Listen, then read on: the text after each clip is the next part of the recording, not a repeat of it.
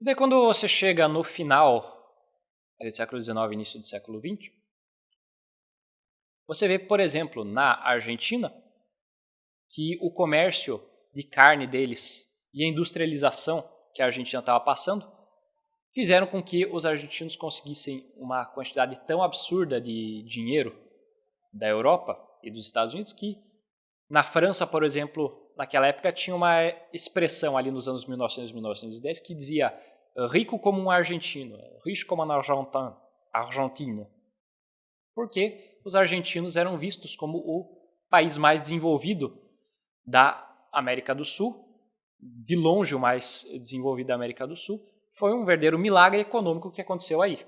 Mas também o caminho não foi fácil para os argentinos. Eles também passaram o século XIX inteiro dentro de guerras civis, tiveram que participar com a gente ali da Guerra do Paraguai, quando Solano Lopes resolveu invadir o Brasil e depois ameaçar a Argentina. Então, também não foi fácil para os argentinos, mas a recuperação da Argentina foi meteórica, diferente do que aconteceu nos outros países, em que você não teve investimentos em indústrias, nem em modernização da agricultura.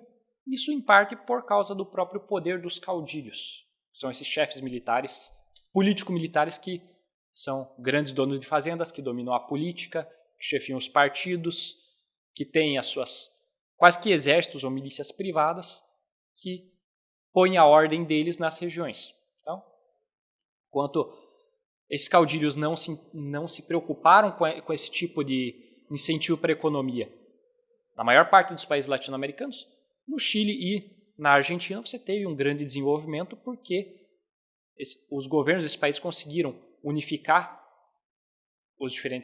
as diferentes facções das oligarquias e dessa maneira promover esse desenvolvimento industrial que era tão importante. Mas também ele não durou bastante. Logo na Argentina, no início do século XX ainda, início meio já, sobe ao poder o Juan Domingo Perón. E o Perón, assim como outros governantes da América Latina, como o Aya de la Torre no Peru, ou o Lázaro Cárdenas no México, eles vão tomar uma série de medidas populistas para nacionalizar a economia. E é a partir desse momento que alguns países, por exemplo a Argentina, começam a cair até um nível em que eles nunca mais se recuperaram. Então, se você olha o poder de compra e o nível de vida dos argentinos lá no início do século passado, nos anos 1900 e 1910, compara com o que ele foi ao longo do século passado inteiro e de hoje, é um negócio absurdo. Como é possível, me digam vocês, que no maior produtor de carne da América do Sul as pessoas tenham que revirar o lixo atrás de carne, como mostram as notícias que recentemente têm chegado da Argentina. Surreal a coisa, não? Mas isso se deveu a essas nacionalizações, a criação de autarquias para você vender carne pro exterior com um preço e pro produtor com outro preço, que desincentivou as pessoas a produzirem completamente. Você tem vários benefícios sociais sendo distribuídos como medida eleitoreira, já aqui nessa época do Perón. Isso foi uma tendência que todos os países da América Latina seguiram. O Brasil não foi diferente. O Vargas também fez isso. Essas medidas eleitoreiras que oneram os produtores, desincentivam os investimentos internos e externos para os países, que fizeram com que a América Latina só começasse a cair a partir ali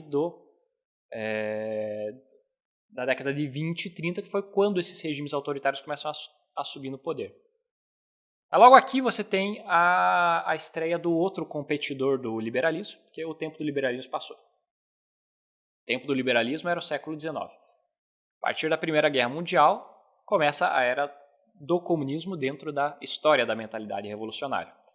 E ali você vai ver nos anos 20 surgindo os primeiros movimentos comunistas organizados aqui na América Latina. Eles num primeiro momento ficaram contra esses governos populistas, mas num segundo momento acabaram se aliando com eles. Então você vê algumas coisas engraçadas, tipo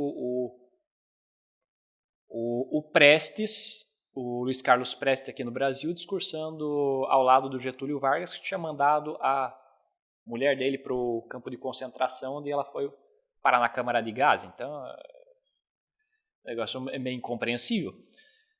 Você tinha também ali na Argentina o Perón agora deixando os conservadores no escanteio e passando a se aliar com os comunistas para manter o segundo mandato dele. Em todos esses lugares, você vai ver também a reação a isso, que é a série das ditaduras militares que vem no final do século passado. Mas, o que essas ditaduras militares fizeram de positivo para a economia? Não muita coisa. No mais das vezes elas estabilizaram a política do país, então atraiu mais investimentos. Em um caso em específico, que foi o do Chile, o Pinochet mandou alguns economistas para estudarem lá com os Chicago Boys, o pessoal herdeiro da escola austríaca lá na Universidade de Chicago. Você viu o Chile disparando ali e se tornando o país mais desenvolvido economicamente da América Latina, dentro daquele final do século XX até hoje. Agora, com essa decisão que eu não sei da onde que os caras tiram de me colocar um socialista que vai convocar um novo constituinte quando você tem o país mais desenvolvido da América Latina, agora o país está decaindo. Não diz ditado, time que está ganhando você não mexe. Vai fazer o quê? Isso vale para a Argentina, vale aqui para o Brasil também, vale para todos os países. E essas ditaduras militares, então, elas tomam medidas de nacionalização, mas de estabilizar a economia ao mesmo tempo, na maioria dos casos. Só que, com o fim dessas ditaduras militares, você tem, na maior parte desses países, também agora uma inflação galopante, porque você fez vários investimentos, mas a economia não caminhou como deveria. Você imprimiu moeda a rodo, então você tem inflação, você tem uma produção deficitária e esses países entraram em ciclos ali de decadência na década de 90, novamente. E essa foi a deixa para que os partidos associados ao Foro de São Paulo e ao Movimento Comunista Internacional começassem os seus projetos de poder, que agora estão bem evoluídos aí na América Latina como um todo. Só que é o nosso dever impedir que isso vá para adiante. Agora, nós chegamos ao final aqui, nos dias de hoje, observando que nós vivemos num regime, acho que numa federação oculta, federação nas sombras de regimes que, em maior ou menor grau, aliás, categoricamente são narcoterroristas, porque todos estão congregados ali no Foro de São Paulo, além dos grupos concorrentes a eles, como aqueles que mantêm guerrilhas no interior do Paraguai, ali no interior do México também em Chiapas.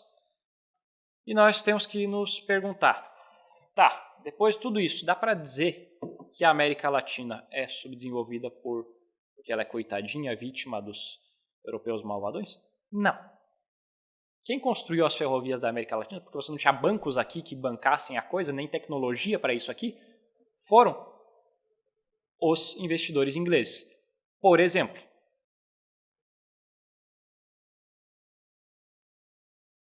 quem financiou a reequipagem das minas, a construção de indústrias de outros tipos, foram esses tipos de investidores. Então, a situação não é tanto de exploração, mas de malversação dos recursos que foram recebidos e das riquezas que existiam aqui. Então, o quadro que você olha da América Latina do século XIX é de um continente onde você tem países cada um deles dominado por caudilhos que disputam o poder entre si, estabelecem ditaduras muitas vezes brutais contra seus opositores, contra a própria população e contra a fé católica que formava até pouco tempo atrás a espinha dorsal da cultura e do imaginário da população latino-americana, e caudilhos que geralmente entram em guerra, jogam os seus países em guerra uns com os outros. Então, não tem como você fazer um país avançar dessa maneira. Não tem como você atrair investimentos para ele, não tem como você manter indústrias, não tem como você manter a tua economia funcionando sem infraestruturas básicas, sem segurança para as pessoas produzirem, sem construção de novas indústrias e modernização da agricultura. E tudo isso foi algo que, no mais das vezes, foi desejado por algum desses ditadores, porque o plano para você manter-se sempre no poder é você manter as pessoas pobres. Já diziam os estrategistas do movimento revolucionário e a experiência histórica.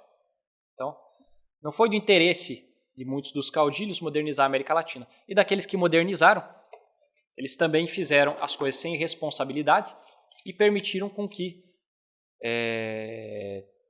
investidores mal intencionados explorassem de uma maneira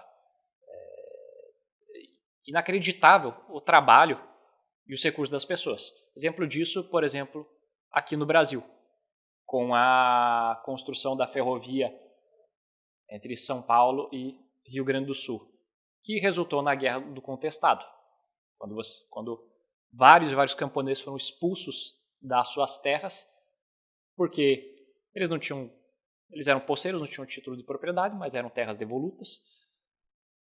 O governo, fazendo pouco caso deles, simplesmente na base de uma canetada, deu para a empresa responsável pela construção da ferrovia faixas enormes de terra dos dois lados da ferrovia.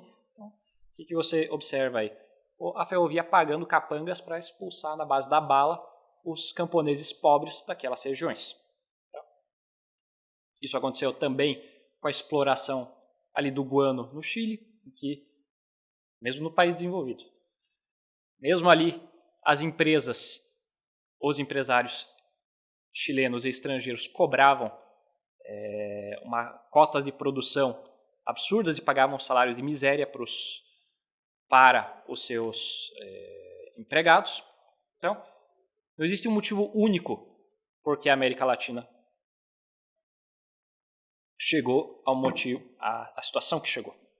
Mas nós temos todo esse histórico de instabilidade, histórico de tentativa de reforma pela base e que era, às vezes, só uma fachada, porque por trás era o oportunismo de algumas classes dirigentes que estavam governando esses movimentos, aqueles movimentos pela independência iniciais. E como a gente viu no caso do Paraguai, quando um ditador realmente ideólogo, fanático dentro da sua crença, ele assume o poder, ele institui uma ditadura,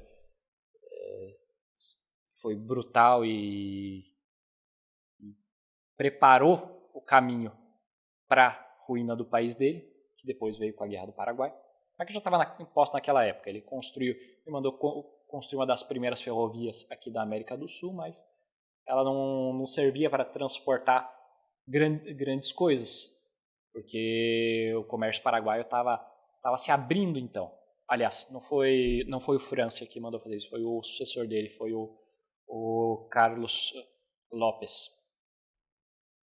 Mas de qualquer forma, você vê, ou esses experimentos ideológicos radicais, como foi o caso do Paraguai, ou um experimento como foi o caso da Colômbia ou do México que eu falei, em que você estabelece uma ditadura que é baseada nessas oligarquias rurais, mas que, além disso, também quer privar a população daquilo que eu falei que constitui a espinha dorsal daquilo que é a vida imaginário, era a vida imaginário daquelas populações que era a fé católica.